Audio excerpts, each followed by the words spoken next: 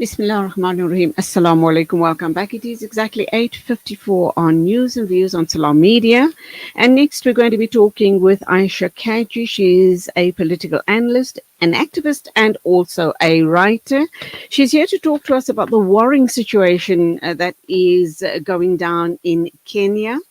It is obviously demonstrations which began last Tuesday, and they are accusing the administration of President William Ruto, suggesting that he's gone back on his pledge to reduce taxes and lower the cost of living. Up to now, we've heard that it was supposedly a peaceful protest and demonstrations, but I've kind of seen some visuals that don't look peaceful to me at all. Aisha Kaji, Assalamu alaikum, welcome to the program and your thoughts. Undoubtedly, you are following the story very closely. Yes, indeed. Wa alaikum salam wa rahmatullahi wa barakatuh, Julie, and assalamu alaikum to your listeners. As you know, Kenya is one of my points of focus on the continent, being as it is one of the most vibrant economies and one of the ones most slated for potential growth in the next decade or so. It's also very close to my heart because I have very many Kenyan friends. Okay, I've lost you there. I should just turn around or just go back to the position or the spot you were standing in. I've lost you. Can you hear me now, Julie? Thank you. Yes, I can hear you now. Please, can you start right at the beginning because we lost you there? Sure. No problem. As I said, Kenya is one of the most vibrant economies on the continent and also one of the ones slated for future economic growth because of the size of its population and the relatively good levels of education, at least among the urban population in Kenya. However, there is a large divide between the rich and the poor in Kenya, and that divide is increasing instead of narrowing. And these protests are partly as a result of that because the neoliberal measures currently being proposed by Mr. Ruto's government are in stark contrast, to the lavish spending of the same Ruto administration.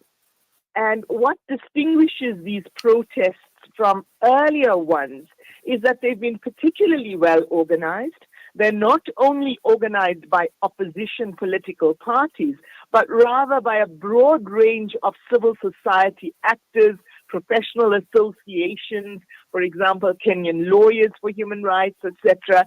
So there is a widespread participation amongst civil society in these protests.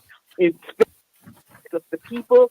As you said, these protests were slated to be peaceful protests. There was due to be a sit-in at 2 p.m. at the Kenyan Parliament, and it was very well organized. The protests were done, the organization was largely done digitally. People turned out en masse for these protests. What then happened was very heavy-handed state reaction, state repression, including water cannons and tear gas from the police and the military that were called in. Despite this very heavy-handed response by the administration, it has not deterred the protesters. They went on to protest on Thursday again, and my sources tell me that there are due to be protests again tomorrow and on Thursday this week. And in fact, the government has already had to backpedal on its proposed new taxation measures, particularly increased taxes on commodities such as cooking oil and bread, and also on digital money transfers. So there's already been some backpedaling, but the organizers of this protest say that's not sufficient.